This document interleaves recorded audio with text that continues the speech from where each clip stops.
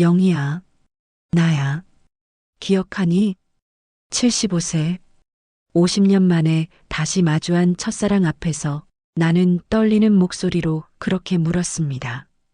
그런데 그녀가 돌아본 순간 나는 얼어붙었습니다.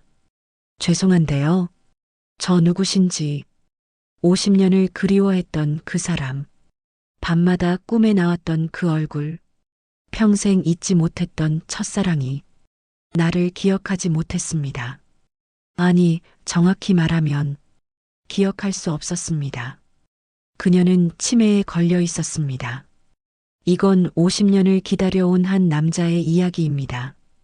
그리고 너무 늦게 찾은 사랑의 잔혹한 반전입니다. 1968년 봄이었습니다. 나는 22살, 시골 마을의 평범한 총각이었습니다. 그 마을에 새로 온 초등학교 선생님이 있었습니다. 이름은 김영희. 처음 본 순간부터 내 심장은 미친 듯이 뛰었습니다. 하얀 블라우스에 파란 치마, 단발머리를 귀 뒤로 넘기며 웃는 모습. 안녕하세요. 새로 부임한 김영희입니다. 마을 사람들에게 인사하는 그녀의 목소리가 너무 곱더군요. 나는 매일 학교 앞을 지나갔습니다. 농사일 하다 말고도 그 길로 돌아갔습니다. 그저 멀리서라도 그녀를 보고 싶어서. 한 달쯤 지났을 때였습니다. 영희가 마을 구멍가게에 들렀을 때 나도 우연히 사실은 일부러 거기 있었습니다. 저기 도시락 싸오는 거 깜빡했는데 라면 하나만 주세요. 아, 선생님. 제가 삶아 드릴게요. 가게 주인 아주머니가 웃으며 말했습니다. 이 총각도 라면 먹을래? 같이 먹어. 아, 네, 감사합니다. 그렇게 우리는 처음으로 마주 앉았습니다. 이름이 뭐예요? 박철수입니다. 너무 긴장해서 말을 더듬었습니다. 철수 씨, 여기서 태어나셨어요? 네. 대대로 여기 살았습니다. 좋겠다. 나는 고향이 그립거든요. 서울에서 왔어요. 서울. 나한테는 다른 나라처럼 먼 곳이었습니다. 선생님은 왜 여기까지 오셨어요? 영희가 잠시 멈칫하더니 작게 웃었습니다. 도망쳐 온 거예요. 뭔가에서. 그 말의 의미를 나는 그때 몰랐습니다. 그날부터 우리는 가끔 만났습니다. 물론 대부분 우연히 마주치는 척했지만 어느 날 저녁 용기를 내서 물었습니다. 선생님 혹시 산책 같이 하실래요? 좋아요. 사실 혼자 걷기 심심했어요. 우리는 마을 뒷산길을 걸었습니다. 석양이 지는 하늘이 붉게 물들어 있었습니다. 철수 씨는 꿈이 뭐예요? 저요? 그냥 열심히 농사 짓고 좋은 사람 만나서 가정 꾸리는 거요. 소박하네요. 좋다. 선생님은요? 영희가 멈춰섰습니다. 나는 자유롭게 사는 거요. 누구한테도 얽매이지 않고. 그 말이 이상했지만 나는 묻지 않았습니다. 그렇게 여름이 지나갔습니다. 우리는 점점 가까워졌습니다. 내가 농사일하면 영희가 물을 가져다 주었고, 영희가 수업 준비하면 내가 책상을 만들어 주었습니다. 어느 가을밤이었습니다. 마을 잔치가 열렸을 때 우리는 살짝 자리를 피했습니다. 강가에 앉아 달을 보며 영희가 말했습니다. 철수 씨, 나 여기 있는 게 너무 좋아요. 저도. 선생님이 있어서 좋습니다. 앞으로도 계속 이렇게 지낼 수 있을까요? 당연하죠. 왜요? 영희가 잠시 침묵하더니 말했습니다. 사실은 나 도망쳐 온 거예요. 네. 약혼자가 있었어요. 서울에. 부잣집 아들인데 나를 소유물처럼 대했어요. 나는 그 사람이 싫었어요. 그래서 도망쳤어요. 가슴이 철렁 내려앉았습니다. 그럼 그 사람이 찾으러 올 수도. 아마 그럴 거예요. 그 집안이 포기할 리 없어요. 그럼 어떡해요? 영희가 내 손을 잡았습니다. 철수 씨, 나, 철수 씨가 좋아요. 저, 저도요. 저도 선생님이 좋아요. 그럼 같이 도망갈래요? 멀리 멀리. 아무도 모르는 곳으로. 그 순간 내 인생의 모든 것이 바뀌는 것 같았습니다. 가요. 어디든 같이 가요. 우리는 약속했습니다. 다음 주 토요일 새벽 어디론가 가는 버스를 타고 떠나기로. 그런데 그 약속의 날 사흘 전 마을에 낯선 차들이 들어왔습니다. 검은 양복을 입은 남자들. 그들은 학교로 직행했습니다. 나는 멀리서 지켜봤습니다. 가슴이 두근거렸습니다. 1시간쯤 지났을까? 영희가 그 남자들과 함께 나왔습니다. 울고 있었습니다. 선생님, 나는 달려갔습니다. 철수 씨, 안 돼요. 가지 마세요. 영희가 손을 저었습니다. 야, 이 시골뜨기가 뭐야? 한 남자가 나를 밀쳤습니다. 영희 씨는 우리 사장님 약혼녀야. 넌 뭔데 끼어들어? 저는 철수 씨 가요. 제발. 영희가 울면서 말했습니다. 당신이 다칠까봐 걱정돼요. 제발 가요. 영희 씨. 차가 떠났습니다. 영희를 태운 차가 흙먼지를 일으키며 사라졌습니다. 나는 그 자리에 주저앉았습니다. 다음 날 학교에 가보니 새로운 선생님이 와 있었습니다. 김영애 선생님은 개인 사정으로 그만두셨습니다. 그게 끝이었습니다. 나는 미쳐버릴 것 같았습니다. 밤마다 강가에 가서 울었습니다. 부모님이 걱정했습니다. 철수야, 그 여자 잊어라. 너하고는 안 맞는 여자야. 못 잊어요. 절대 못 잊어요. 1달이 지나고 2달이 지났습니다. 나는 서울로 올라갔습니다. 영희를 찾으려고. 하지만 서울은 너무 컸습니다. 어디서부터 찾아야 할지 몰랐습니다. 일주일을 헤매다가 돈이 떨어져 돌아왔습니다. 마을 사람들이 수군거렸습니다. 저 총각 정신 나갔네. 그 서울 여자 때문에 완전히 맛이 갔어. 반년이 지났을 때 부모님이 중매를 넣었습니다. 철수야, 이제 장가 가야지. 옆 동네에 괜찮은 처녀가 있어. 싫어요. 나 결혼 안 해요. 언제까지 그 여자 생각할 거야. 내 앞길이 막힌다. 아버지가 화를 내셨습니다. 결국 나는 집을 나왔습니다. 서울로 올라가 공사판에서 일했습니다. 혹시라도 영희를 만날 수 있을까 해서 5년이 지났습니다. 10년이 지났습니다. 나는 만나는 여자마다 영희와 비교했습니다. 그래서 누구도 마음에 들지 않았습니다. 부모님이 돌아가실 때도 나는 장가를 못 갔습니다. 형제들이 타박했습니다. 형, 이제 그만 잊어. 50년이 다 됐어. 그 여자 지금 어디서 뭐 하는지도 모르잖아. 나는 못 잊어. 평생 못 잊을 것 같아. 그렇게 나는 혼자 살았습니다. 편의점 야간 알바로, 경비로, 청소부로 살아왔습니다. 가끔 결혼한 친구들을 만나면 부러웠습니다. 가족 사진을 보여주면 가슴이 아팠습니다. 너도 결혼했으면 지금쯤 손주 봤을 텐데. 그들의 동정 어린 눈빛이 싫었습니다. 70세가 됐을 때 나는 작은 원룸에 혼자 살고 있었습니다. 국민연금으로 근근히 살아가는 독거노인. 밤마다 영희를 꿈꿨습니다.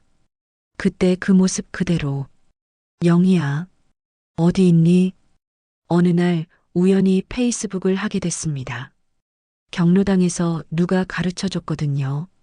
요즘은 옛날 사람 찾는 게 쉬워요. 이거 한번 해보세요. 반신반의로 시작했습니다. 그리고 일주일 후 나는 믿을 수 없는 걸 발견했습니다. 김영희. 프로필 사진은 없었지만 학력에 초등학교 교사 1968이라고 적혀 있었습니다. 심장이 터질 것 같았습니다. 떨리는 손으로 메시지를 보냈습니다. 영희 씨, 나 철수입니다. 기억하시나요? 1968년. 답장은 오지 않았습니다. 하루, 이틀, 일주일. 나는 매일 페이스북을 확인했습니다.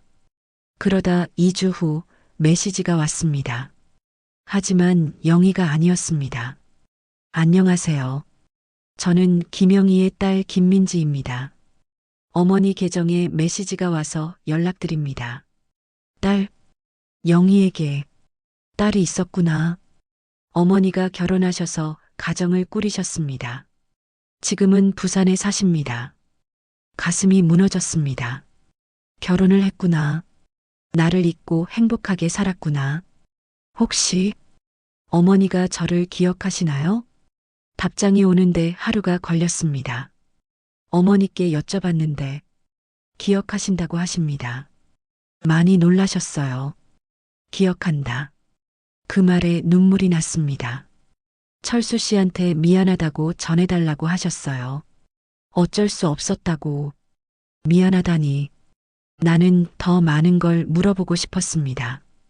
왜 연락하지 않았는지, 어떻게 살았는지, 행복했는지. 하지만 다음 메시지가 그 모든 걸 막아버렸습니다. 그런데 아저씨, 어머니가 요즘 치매가 좀 심하세요. 저를 가끔 못 알아보실 때도 있어요. 그래서 만나 뵙는 건 조심스러울 것 같아요. 치매. 그 단어가 머리를 망치로 때리는 것 같았습니다. 50년 만에 찾았는데 기억도 못할 수 있다는 거였습니다. 그래도 나는 포기할 수 없었습니다. 따님, 부탁입니다. 한 번만 만나게 해주세요. 50년을 기다렸습니다. 일주일의 침묵 끝에 답장이 왔습니다. 어머니께 말씀드렸더니 만나보고 싶다고 하세요. 하지만 기억하실지는 모르겠어요. 나는 곧바로 부산행 기차표를 끊었습니다. 부산 요양원. 민지 씨가 알려준 주소로 찾아갔습니다. 어머니, 손님 오셨어요. 방문을 열었을 때 그곳에 영희가 있었습니다. 75세, 하얀 머리에 주름진 얼굴. 하지만 나는 한눈에 알아볼 수 있었습니다.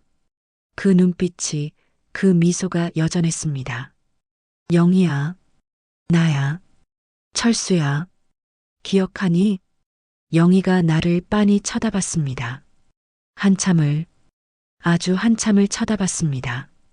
그리고 고개를 가웃거렸습니다. 죄송한데요.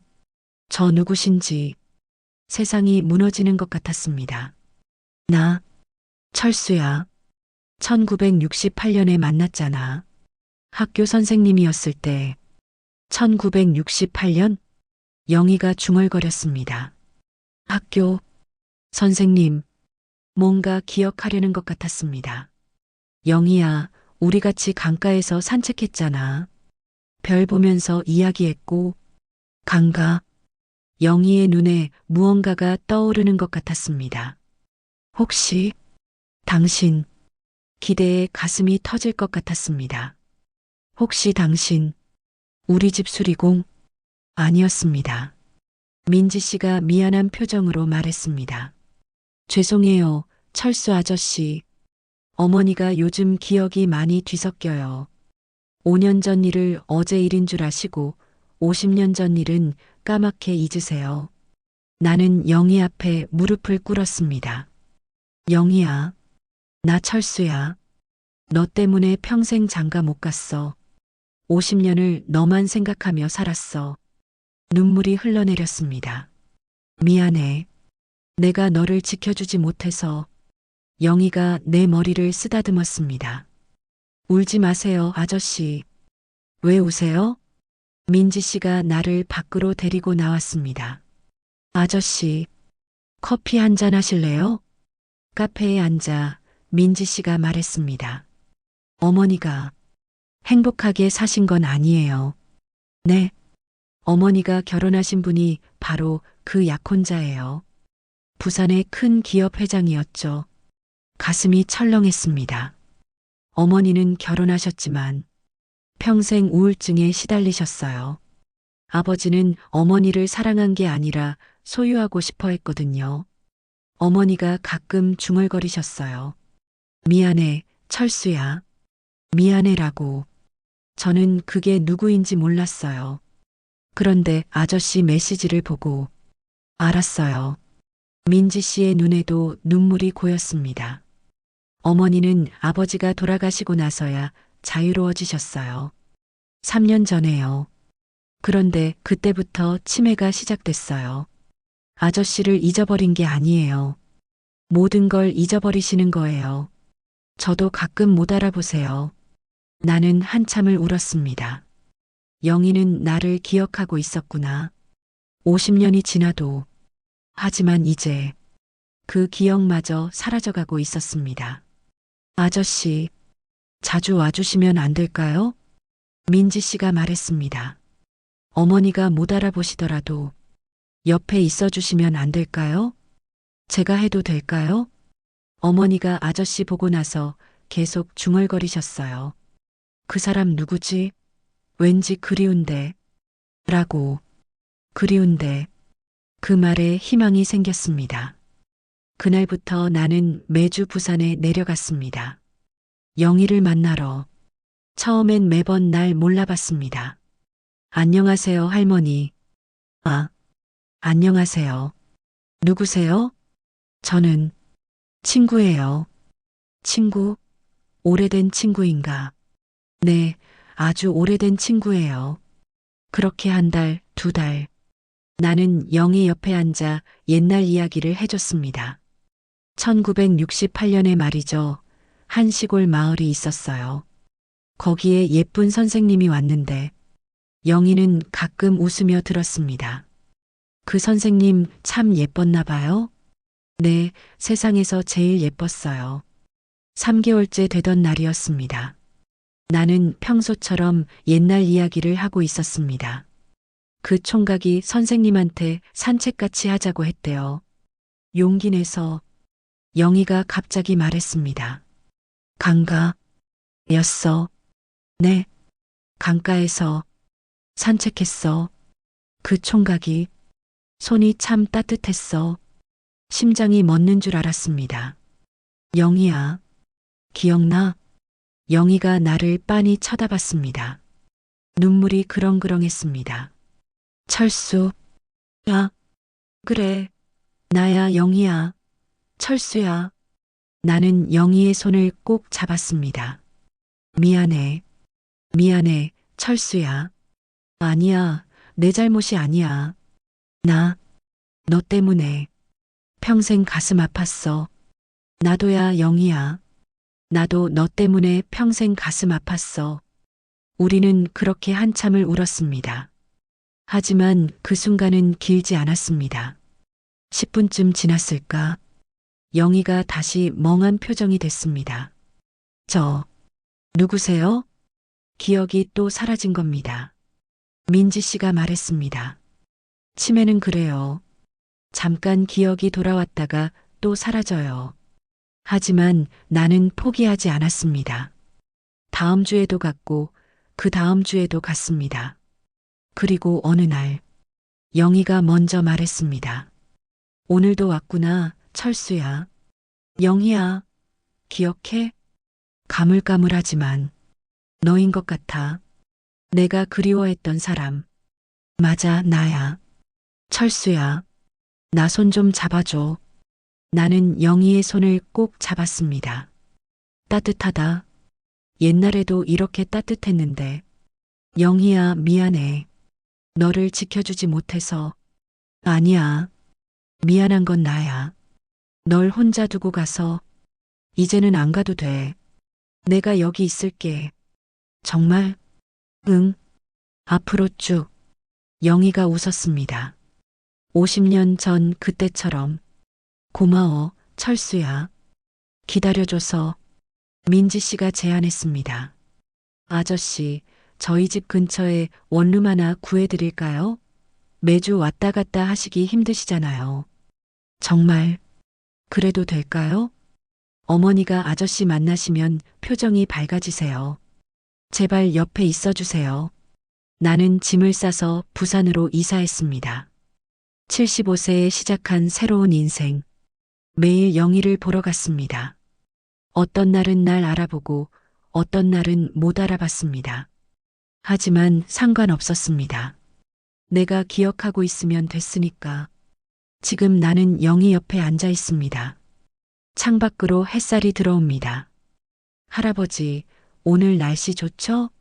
영희가 오늘은 날 못 알아봅니다. 하지만 괜찮습니다. 네, 날씨 참 좋네요. 할아버지는 오늘 왜 오셨어요? 그냥 할머니 얼굴이 보고 싶어서요. 그래요? 고마워요. 영희가 환하게 웃습니다. 그 웃음이면 충분합니다. 가끔 영희가 기억할 때가 있습니다. 철수야, 우리 그때 강가에서 약속했잖아. 같이 도망가자고. 응, 약속했지. 미안해. 그 약속 못 지켜서. 아니야. 우리 지금 함께 있잖아. 그러네. 우리 함께 있네. 영희가 내 손을 꼭 잡습니다. 어제 민지 씨가 말했습니다. 아저씨, 어머니가 요즘 많이 안 좋아지세요. 의사가 시간이 얼마 안 남았다고 했어요. 그렇구나. 그래도 행복해 보이세요. 아저씨 만나고부터 나도 행복해요. 정말입니다. 50년을 기다렸지만 후회하지 않습니다. 이렇게라도 만날 수 있어서 감사합니다. 오늘 영희가 또 물어봅니다. 할아버지, 결혼 안 하셨어요? 네, 안 했어요. 왜요? 좋아하는 사람이 있었거든요. 평생? 그 사람은요? 지금 제 옆에 있어요. 영희가 잠시 멈칫하더니 천천히 웃습니다. 철수야? 응, 나야. 내가 너를 너무 오래 기다리게 했지? 아니야. 기다릴 만한 가치가 있었어. 영희의 눈에서 눈물이 흐릅니다. 고마워. 날 잊지 않아줘서. 어떻게 잊어? 너는 내 인생 전부였는걸. 우리는 그렇게 손을 꼭 잡고 앉아 있습니다. 창밖의 석양이 우리를 비춥니다. 마치 50년 전 그날 저녁처럼. 여러분, 사랑하는 사람이 있으면 기다리지 마세요. 나는 50년을 기다렸습니다. 그리고 만났을 때 그 사람은 나를 기억하지 못했습니다. 하지만 후회하지 않습니다. 왜냐하면 내가 기억하고 있으니까. 우리의 사랑을 내가 간직하고 있으니까. 사랑은 기억하는 사람에게 남습니다. 그리고 그 기억만으로도 충분히 따뜻합니다. 지금 곁에 있는 사람을 소중히 여기세요. 내일은 어떻게 될지 모르니까. 사랑한다는 말 지금 하세요. 내일은 너무 늦을 수 있습니다. 나는 75세에 사랑을 다시 시작했습니다. 비록 그 사랑이 불완전하더라도, 비록 그 사람이 나를 기억 못하더라도, 함께 있다는 것만으로 행복합니다. 여러분도 늦지 않았습니다. 사랑하세요. 기억하세요. 그리고 함께 있으세요. 영희가 잠이 들었습니다. 내 손을 꼭 잡은 채로 나는 그 손을 놓지 않습니다. 민지 씨가 담요를 덮어줍니다. 아저씨, 고마워요. 어머니 마지막이 따뜻해서. 아니에요. 제가 더 감사하죠. 나는 영희의 머리를 쓰다듬습니다. 영희야, 다음 생에서는 꼭 지켜줄게. 약속해. 영희가 잠결에 웃는 것 같습니다. 창밖으로 첫눈이 내립니다. 1968년 그 겨울처럼. 우리의 이야기는 여기서 끝이 아닙니다. 기억 속에서 영원히 계속됩니다.